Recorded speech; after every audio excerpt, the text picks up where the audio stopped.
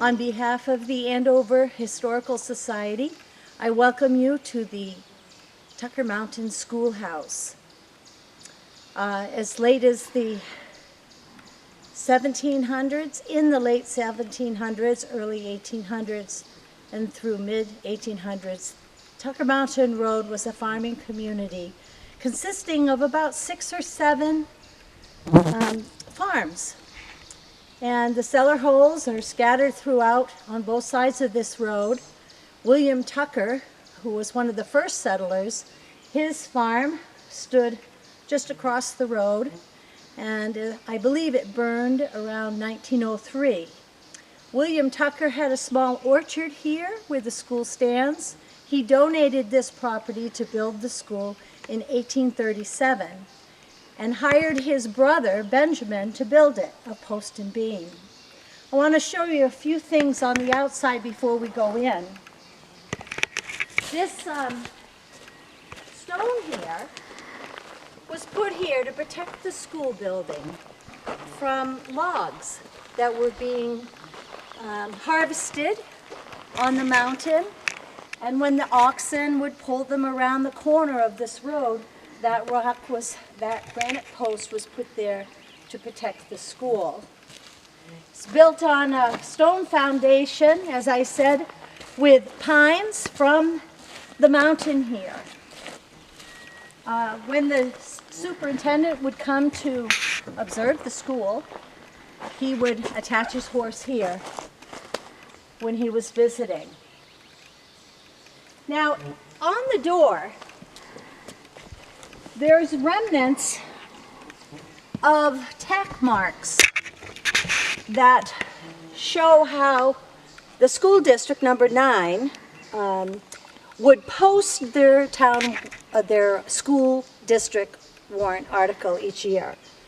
And notices were put up here, farmers who would ride by, and that's how they communicated that there was a meeting coming. You'll see our plaque. We're very proud of that this school is on the National Registry of Historic Places. So come on inside and I'll show you around.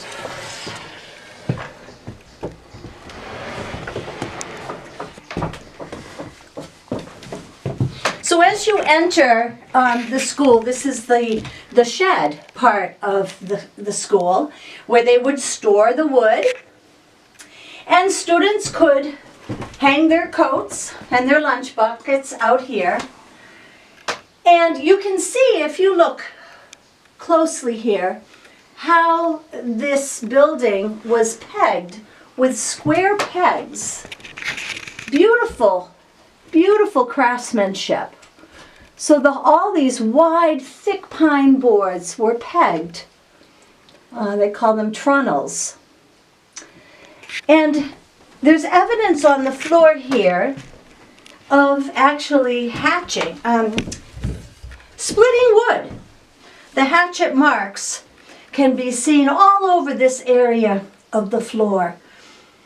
Wood was the only means for heating. There was no running water. They'd have to bring their water here. So in the corner of the shed was the privy, the two-holer. And I want to point out here these beautiful leather hinges. And these served this little door for a long, long time and did well.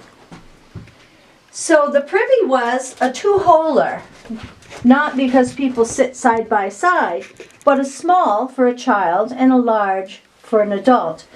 We've had to restore it because back in the 1940s, 1950s, porcupine were around and they chewed a lot of these old buildings. And this is the original toilet seat. As you can see, it's pretty well eaten by porcupine. So we have had to restore the privy. Now, I want to show you into the classroom. If you will, we'll go right around here. The shed and the classroom were separated by this wonderful door, which would have been really important for keeping heat inside the classroom. which measures 16 by 18 feet. So this classroom served as many as 30 students at its peak. And all of these desks are original. The floor is slanted from the sides down to the middle. We believe that also helped with the heat, keeping the students on the upper sides warm. This is the original stove. And the chimney pipe would have gone up through the ceiling here. The ceiling has been restored. In 2010, we had this restored. The teacher would have sat here at her desk, and younger students, you can see the benches are a little lower near her desk, perhaps the younger students. This school served grades 1 through 8. I would like to point out a few of these beautiful boards. Sometimes when we have a scavenger hunt, I have visitors come and see which board is the widest in this building. And this particular board is 21 inches wide. Beautiful board. Now you might notice that on the desk there's a lot of carving. And this carving of names and initials and dates would never have been done when the students were here. But after the school closed in 1893 because of a dwindling student population, this building was left open to the public, and people would come in and they would leave their mark. And so there is a lot of history in the visitors that came to Tucker Mountain Schoolhouse after the official closing. This building would have also been used for Bible studies and other community gatherings. So it had multi-use besides being the school. I want to show you a little something more about the desk, if you will, come around this way. We discovered that behind these bench desks, there is evidence that each one had a foot rest, and that board would have sat on the top of this support so that the students could have rested their feet up on that footrest. So an 8th grade graduation at this time was a good 8th grade education was a good education for the settlers up here to run a farm or a business, and they got a good education here. They not only did reading and writing, arithmetic, algebra, elocution. They were proud of their education that they got here at Tucker Mountain, and it served this community for 56 years. I've got a couple of treasures that if you were to come here to visit, I would show you.